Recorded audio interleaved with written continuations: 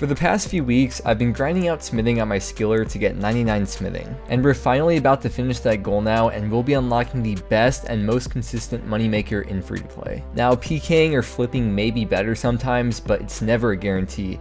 This method, although it has high requirements, I don't think can be beat by any other method in free-to-play. If you haven't already, I would suggest watching the first couple episodes of the series where I explain why this method will always be viable and can't ever be ruined. That said though, let's get into the video, finish off 99 smithing, and I hope you enjoy.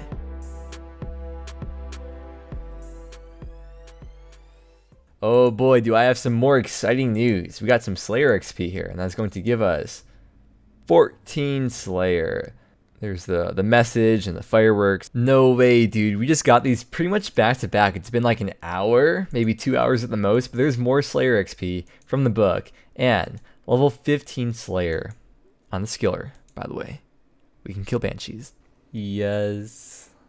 There we finally go, 98 smithing. Now, I know the goal is 99, but we can actually do something here that's going to be really, really good.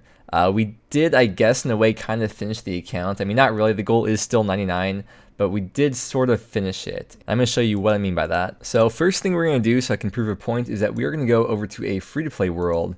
Once we get here, I'm going to turn the public chat to hidden, or off actually, because free-to-play GE is not a very fun place to be at. But go over to the GE here. We're going to buy some Dwarven Stouts. Dwarven Stouts are free-to-play, and they boost your smithing level by +1. And your mining level as well, but that's kind of irrelevant here. But yeah, we'll just buy a few of these and take a look at... 1 second. And they buy instantly for 130 GP each, which is very, very cheap. So take all these out. Let's withdraw one of these, and you see if we drink it, we are in free-to-play, and I guess it reduces your combat stats, but smithing is now 99, mining is boosted 1 as well, which means we can now make the 3-bar rune items. Obviously, preserve isn't possible on a skiller account, and it's also not possible in free-to-play, so we could actually start making the 3-bar rune items now. Of course, it's not going to be as efficient as just getting 99 and not having to worry about that, but we are over 1.2 mil to the level, and I am spending about 1.5 GP per XP or so, making the rune dart tips, that is. But yeah, let's go make a few 3-bar rune items, and I'll show you that we can make this in free-to-play with 98 smithing. What we could do is set the bank up like this, take out a Dwarven Stout, drink it, and then drop the glass or put it back in the bank or whatever, and then take out 27 runite bars. And it's very important to take out 27 over 26, because that way, since we're making 3-bar rune items, we'll be able to make 1 more item per inventory. We'll be able to make 9 instead of 8. So we could test that right now. We'll drink one of these Dwarven Stouts, put it all back in the bank, withdraw the bars, then go over here to the anvil. I'm going to make rune 2Hs. You can also make rune plate legs or plate skirts, but you need level 99 smithing for this, and it is working. As you can see, we're level 98, we're boosted above. I would assume if you lose the boost while you're making it, it probably stops you from making it. I guess we can find out later. But yeah, we're able to make all these, and it is profitable as well. I've also set up bank fillers, so that way when I press deposit all, the hammer will still stay in the inventory. If you want to know how to do that, if we can clear these, go over here, click fill, and that way it'll fill the bank up with placeholders. You can see kind of just ruined that right there. But yeah, we're good. Let's go back, keep on making these. I'm actually really curious if it's gonna, I'm really curious to see if it's gonna stop us from making them in the middle, because I think it used to be that if you make certain potions, obviously as a member, you'd be able to keep on making them even after you lost your boost. And I'm curious if it works the same way with these runite bars. Okay, so if you lose the boost, you cannot keep on making them. It stops you, and then this message pops up here. As you can see, we couldn't finish making the full inventory. So what I think I'll do is for every inventory, I'll just take a sip of the Dwarven Stout right before each inventory, because I don't want to have to like go halfway through an inventory and then come back for another sip and then finish up the inventory and all that. Too much extra effort. Maybe it's more efficient. We'll just take these one at a time and just drink them for each inventory. And also, now that we're not making stackable items, I'm just going to be using the bars, because you can only do the noted bar method with the stackable items, whereas with these, you got to put them back in the bank each time, or else you're going to run out of inventory space. Another issue that I didn't think about is that run energy is going to be kind of annoying here. There are methods with alts, like having an alt run your bars back and forth to the bank, and run the rune 2Hs back and forth to the bank. I'm not going to be using alts for this. I don't care that much. I'm not that efficient. But agility level does affect you in free-to-play, so having a higher agility level in the members world does transfer over to free-to-play as well. Every minute, your stats are supposed to drain down by 1 if you're buffed. But take a look at this right here. So if we drink a Dwarven Stout right now, put it all back in the bank and run back over, you'll see that even though we drank it, it does not reset the timer. So while we're in the middle of doing this, our stats are going to debuff, and then it'll stop our character from making them. So right there, it turned to 98. So when you drink a Dwarven Stout, it does not reset the timer, or when you drink any boost, it does not reset the timer. The timer is constantly going as long as you're buffed. So I'm going to be using that timer to know exactly when to drink a Dwarven Stout. And yeah, it's a bit confusing to explain, but once you kind of get in the feel for doing it, it's not too bad. We have just over 200 Rune 2Hs here, and I want to test out something. So we're going to sell one of these in the GE. And let's check how much they'll insta sell for. We'll toss it down 5% below. It looks like it's just under 38k. So if we toss that down, we'll see the exact price. 37,979. Now there's a clan chat where you can sell these in bulk, and the clan chat for that is World 308 Anvil. And when we join this, take a look at the title. The title should tell you how much you can sell them for. So 38k, which is just above the GE price, but it's a lot easier to sell in bulk here. The buy limit for Rune 2Hs, if you look right here, go back to Rune 2H, the buy limit is 70 every 4 hours, and people who alch these alch them for 38.4k, and the cost of Nature Rune is about 250 GP. So you're able to sell the Rune 2Hs in here for 38k, the people alch them for 38.4k, and after the cost of their Nature Runes, they still profited 150 GP each. So it's easier for them to buy in bulk, it's easier for the sellers to sell it in the clan chat for slightly more GP than what the GE is offering at. But right now, I'm going to dump all these because I need to do some pretty click intensive stuff on the hardcore, and you can see they pretty much sell instantly. We're just going to AFK dart tips for the next couple of days to finish that up, and I will get back to you once we hit 99 smithing. We have 1 day left of membership left, so unfortunately it's going to take like probably 2 or 3 days for me to get 99 through doing dart tips. But I'd really want to be able to buy the skill cape, and obviously as a free-to-play player you can't buy skill capes, so I'm just going to buy another bond tomorrow. And then I think it's pretty much it. I think I'll see you guys back with 99 smithing. Ooh, very nice. We got a late night genie right here. Let's put that into Slayer as usual, and that should put us at level 16 Slayer. Still on the grind to 99 smithing, 725k XP left to go. We are now 1 Rune 2H away from 99. We're going to go get the actual 99 by Thurgo, so let's head over there right now. A long time ago when I first made the account, I bought a house only for the teleport. I've never actually trained construction, but this is the way I used to get to Rimington, and I guess Rimington's probably the closest method that I have to be able to get to Thurgo, because you can't get fairy rings as a skiller. I swear, I just got this on my hardcore not too long ago, so it's kind of weird being back here again. Let's turn the music on. Bottoms up. Let's get this 99.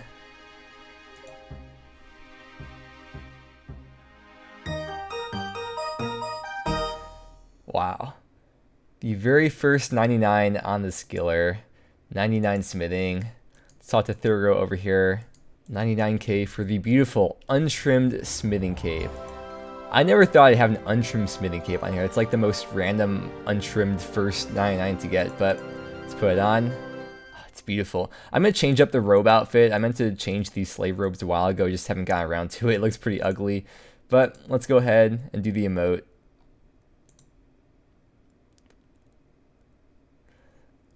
That's so freaking cool, dude. That's awesome. It's a pretty long emote too. One last thing I want to do before we get into this hour of testing out the method of making Rune 2Hs, we're going to go to the GE and change up the outfit. I'm going to go with my classic outfit. Let's just put this offer in for 5k. Hopefully it buys instantly. Very nice. And we have my very old typical standard outfit. Get rid of the boots too. Now in free to play, you can wear any members items, but they don't have any boosts or perks, like you won't get any of the stat boosts from them. They're purely cosmetic, and once you take them off, you can't put them back on again. So I will try to never accidentally misclick, because I don't think I'll make this account a member ever again until if/when I do decide to continue on with the Skiller series. But what we're going to do now is test out 1 hour of making Rune 2Hs. So we got 22 mil to work with. I'm going to stick with exactly 22 mil just to make it like easy to keep track of. So I'll take out 22k platinum tokens, leave the rest of those in the bank, convert those into cash, and this is the money that we'll be using to buy all our bars with and sell back, and we'll see exactly how much cash we have at the end of this hour after buying the rune bars, making Rune 2Hs, and we'll have to do this throughout the hour because that's not enough to buy enough bars for 1 hour, and I figure most people don't have that much cash to be able to do this all in one go, so I will be including the time in that hour that it takes to run back and forth to the GE, just to keep it more realistic. Okay, so they all just bought instantly for, let's check the price of each. 12,416 each. So if you multiply that by 3, that means that each Rune 2H sword that we're making is costing us 37,248 GP. And if you remember, the World 308 Anvil CC buys them for 38k. So that means we'll be profiting about 750 GP per rune 2H. And remember, keep in mind, this is all possible to do in free-to-play. Before we start this hour, I just want to give you a couple little tips that, in case you didn't know, these might help you out. First thing I want to do is remove my deposit warden items button, because when I do lose membership, like I said, I don't want to accidentally deposit my cape or any of my members items. So that way this button will be gone here, and you'll only see the deposit inventory button.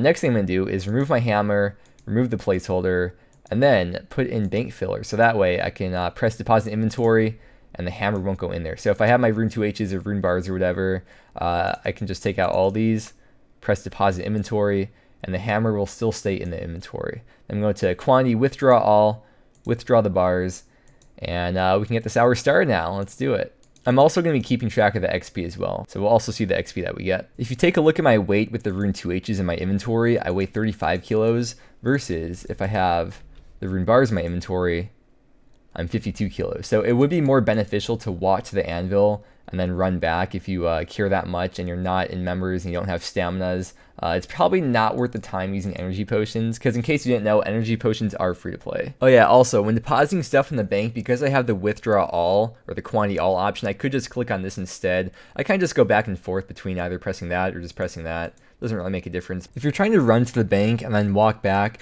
there's a certain timing to switching the run, and it's when you're like 3 tiles away or so. And once you do it a few times, you kind of get the feel for it. Another thing I wanted to mention is that if you use the bar on the anvil instead of just left clicking on the anvil, you save 1 tick each run if you care about that. So yeah, I should get graceful, I should get staminas, but I want to see how it is in free to play. It still would be beneficial to get agility up, since it does increase the rate the run restores in free to play. But there's a lot of things we all have to do, right? Oh yeah, so if you haven't stood up for a while, make sure you stand up, stretch, do some jumping jacks, get the blood flowing, drink some water, and then come back and finish the video. Okay, let's try to be super fast with this. We're only going to have to go to the GE once. I should be running, huh? We only have to go to the GE once. I have plenty of bars left. So it would have been enough to last maybe 40 minutes in total, but I'd rather have more bars at the end, because we're going to sell the bars at the end, or try to sell the bars at the end to the World 308 Anvil CC. But for now, while we're in the middle of this hour, we're going to sell all the rune 2Hs we've made already to the GE. There we go. I'm sure there's a decent price value for that. And we'll buy some runite bars. We'll buy like 950 of them. They bought instantly, and we're ready to go back. And after this inventory, the 1 hour is up. Let's take a look at the XP rates here. We managed to get about 176k XP in this 1 hour. And in total, we had 324 rune 2Hs that we sold before, and we now have 459.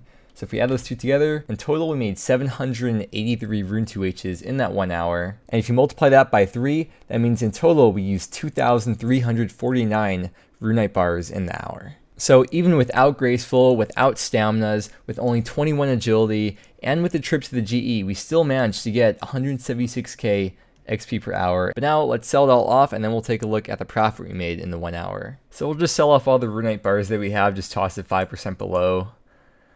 And we got about 4.6 mil back from that. The money in the bank is about 500k left over from when we bought the second batch of rune bars.